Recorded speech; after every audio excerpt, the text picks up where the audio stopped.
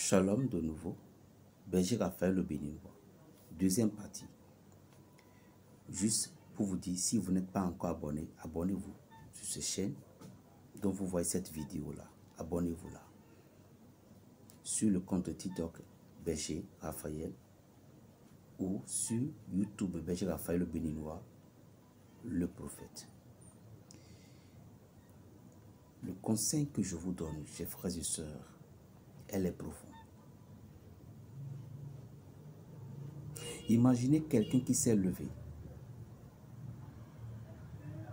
Il a juste réclamé le papier du terrain, ce qui lui vient de droit, même pour ses parents. Et celui à qui il a réclamé, l'oncle, tante, grand-mère, ce que le monsieur a demandé, avait déjà porté la haine. On lui a injecté un sort, elle est morte. Ou il est mort. Lorsque nous tuons un individu, lorsque nous avons arraché la vie d'un être humain, malfaiteur, je dis bien malfaiteur ou sorcier que tu es, est-ce que vous regardez la revenue de cette personne? Est-ce que vous pensez au moins que ce dernier a des tas de personnes à nourrir? L'infirmière ou peu importe, la jeune fille, même qui ne s'est pas encore mariée, que par votre pouvoir, vous avez essayé, vous avez anéanti, vous avez fini avec la vie de cette personne. Or, cette personne, peut-être, c'est lui que l'État attendait pour que le peuple soit heureux.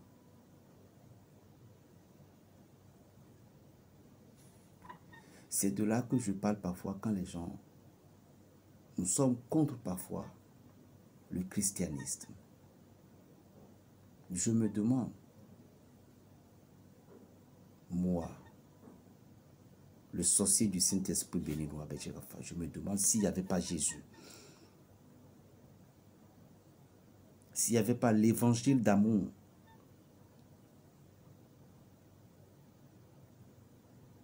nous ne pouvons pas dire combien de personnes et combien de cœurs qui est dur que Jésus a changé.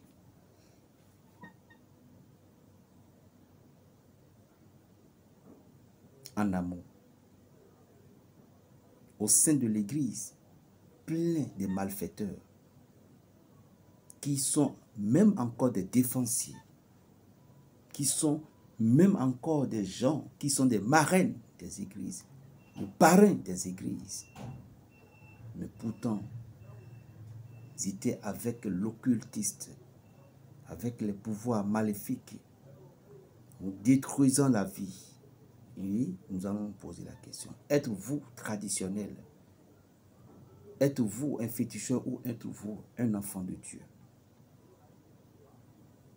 Le mois de novembre doit nous donner des conseils.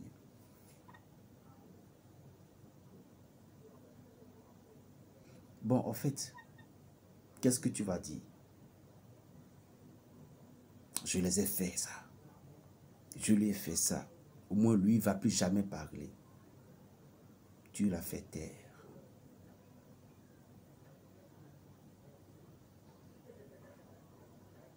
Vous savez ce qui se passe après? C'est nous, vos enfants.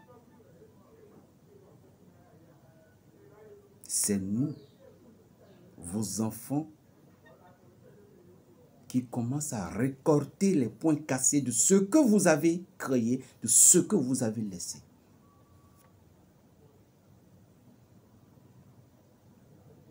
Et au moment où vous avez créé, nous, vos enfants,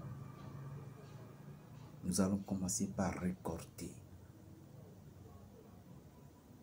Puisque lorsque vous vous êtes réveillé et vous ne faites que parler du mal, vous avez pensé du mal, est-ce que vous savez que la sorcellerie a plusieurs catégories.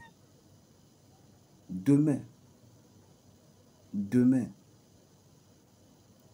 pas mon pouvoir du berger, mais par le pouvoir de celui qui a créé le ciel et la terre, par le pouvoir du suprême Dieu Tout-Puissant, à 16h ou 17h, nous allons parler de la différence entre un occultiste et un sorcier, entre un possédé et quelqu'un qui n'est pas possédé.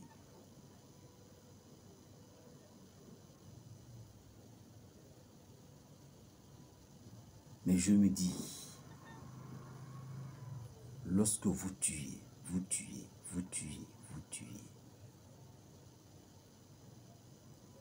est-ce que nous oublions le karma qui va tomber sur nous, puisqu'il y a des parents aujourd'hui? Lorsque vous avez un cœur mauvais, vous méditez des pensées mauvaises, et tous les autres, je dis bien tous les autres, sont en harmonie avec vous. Mais à l'intérieur de vous, vous ne pensez pas au bonheur de ses confrères, de ses frères, de ses sœurs qui vous entourent. La méditation par les pensées qui projettent le mal est comme une flèche qui pouvait détruire la vie d'un individu, réduire la vie d'un individu. Alors, si l'on vous lance un sort, si vous avez des enfants, les enfants pouvaient être attaqués par ces sorts-là, être victimes de ces sorts. Pourquoi?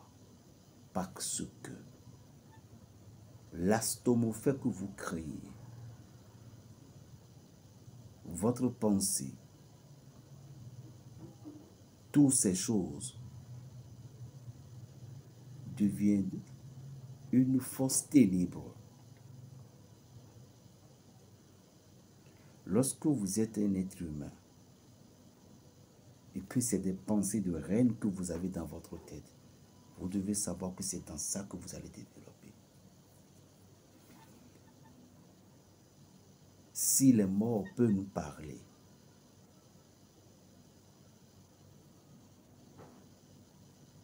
nous allons comprendre. Si les morts peuvent nous expliquer, nous allons comprendre.